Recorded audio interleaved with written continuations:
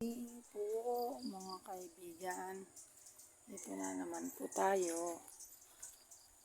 Tingnan po natin ang ating mga pananim.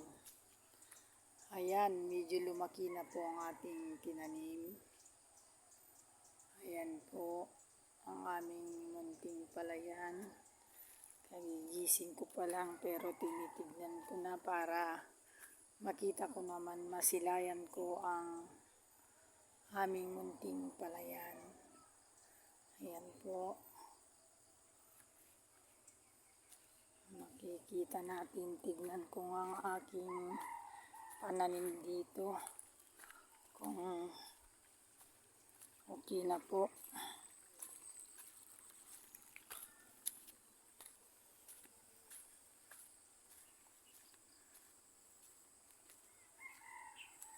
Kaganda naman ng tubig. Kalalim ang tubig niya. Talagang makikita nyo po yung aming patubigan dito, kabsat. Napakaganda talaga. Ito ang aming maliit na kubo. Pag sinisilungan namin, ganito lang po dito. Simple living. Simple na buhay. Ayan po ang aking pananim, malaki na. Ayan.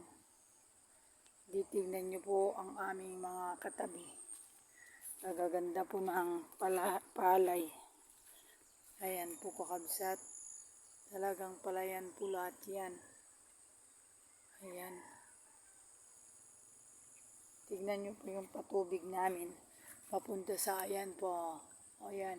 Hinukay lang po yan. Ito naman pwedeng taniman ulit ng Di po ba napakaganda? Yung lugar.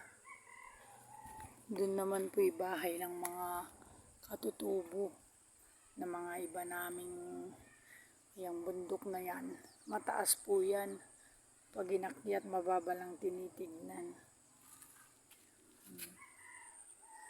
Sana mamunga na tong talong ko. Yan po yan. Itong magkapagtanim ng mga gulay, pwede rin po rito umupo-upo. Ay, kasarap umupo. Ayan.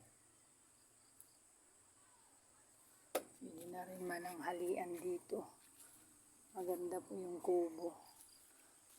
Tutu!